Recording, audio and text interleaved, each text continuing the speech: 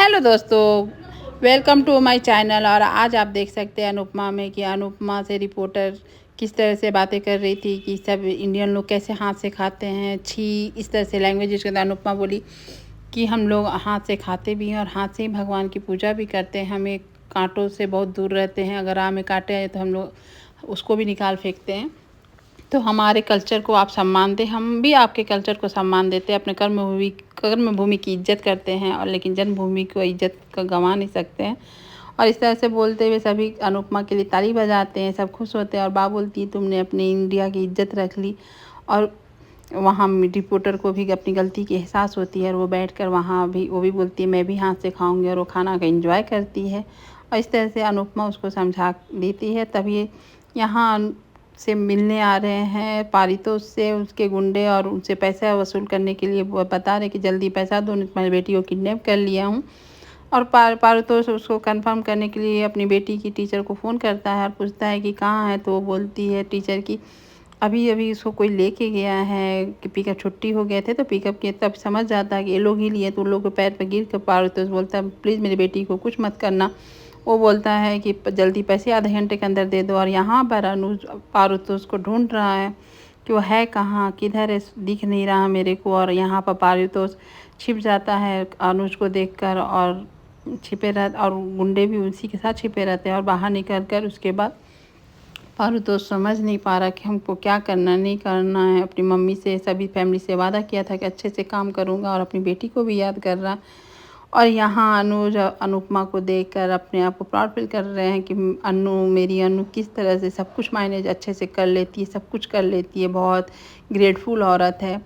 और अनुपमा की भी नज़र अनुज पर चले जाता है। तभी वनराज बीच में आ जाता है, और यहाँ छोटी परेशान है श्रुति को लेकर। श्रुति बेहोश हो जाती है और उसे चक्कर आकर गिरी हुई रहती है, और अनुज को बुलाती है श्रुति इसको देखने के लिए कि वो हम नहीं ये संभाल पा रहे, पॉप्स आप जल्दी से आ जाइए, श्रुति की हालत सही नहीं है।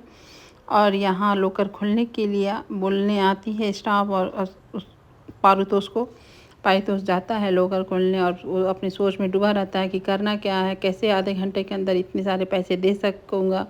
तो वो जेवर की चोरी कर लेता है, उसके पास जो रहते हैं पासवर्ड कार्ड उससे निकाल के चोरी कर लेता है, और अनुपमा के पास आ जाता है। अनुपमा के रेस्टोरेंट में जाकर अनुपमा के बैग में जेवर को रख देता है।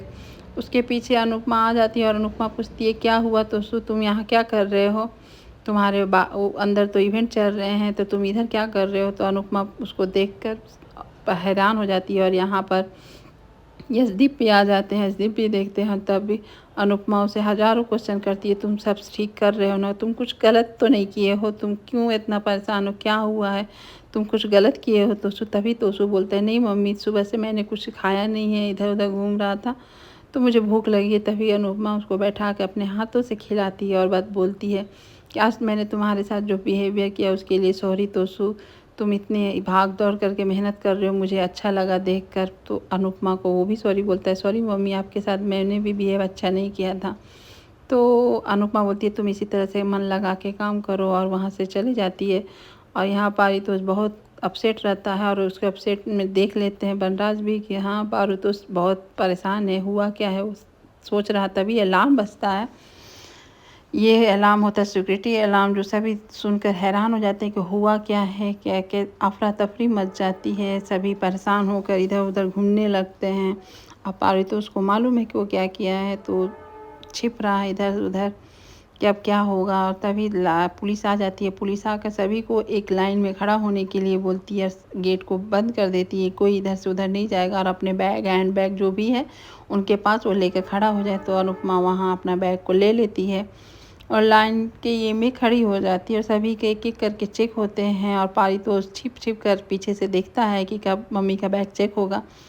और सभी हैरान है कि क्या हो गया, सब पूछ रहे हैं। तो सब पता चलता है कि यहाँ चोरी हुई है। तो अनुपमा सोच रही है सब ठीक रहे, नहीं तो अनुज फंस जाएंगे, अनुज के साथ क्या होगा। तो यहाँ वनराज भी ये पारितोष को लेकर हैरान सोच रहा है कि कहीं पारितोष संकट में ना आ जाए। सभी परेशान हैं, देख रहे हैं। यहाँ अनुज अपने जिसकी चोरी हुई है उसके माफ़ी मांग रहे हैं कि सब सही हो जाएगा। और अनुज को अनुपमा इशारों इशारों में बोलती है सब ठीक हो जाएगा, आप शांत रहे। और अनुज उसको देख रहा होता है और उसको भी अपने आप को संभालता है। यहाँ पारू तो छिप छिप कर पीछे में ही देख रहा होता है। सभी ढूंढ भी रहे वनराज की है कहाँ। यहाँ पर बाघ की चेकिंग हो जाती है।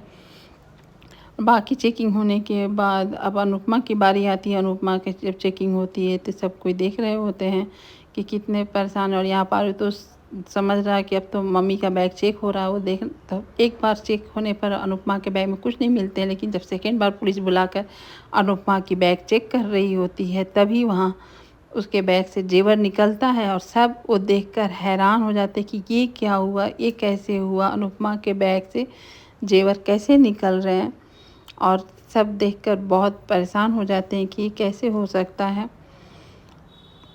अनुपमा का जब बैग से जेवर निकल रहे होते हैं उस समय का सिचुएशन देखकर बहुत ही ख़राब लगा कि और अनुज क्या रिएक्ट करे, अनुपमा कैसे रिएक्ट करे, कुछ नहीं। और जेवर निकलते के साथ अनुपमा को अरेस्ट कर लिया जाता है। जो अनुपमा को समझ में नहीं आता, वो बार बार बोलती है मैं चोर नहीं हूँ, मैं चोरी नहीं किया। और वो शौक में हो जाती है। सभी हैरान हो जाते हैं, परेशान हो जाते हैं कि अनुपमा के बैग से कैसे जेवर निकले। सब हक्के बक्के रह जाते हैं। लेकिन जो पारितोष आज किया बहुत ही ख़राब काम किया था। उसको इस तरह से आप नहीं माँ बाप को नज़र से गिरा देना एक बच्चे के लिए बहुत ख़राब आदत है। उसको इस तरह से अपनी माँ के साथ नहीं करना चाहिए था। लेकिन आपको क्या लगता है बताइएगा ज़रूर कमेंट्स में। Thank you for bye.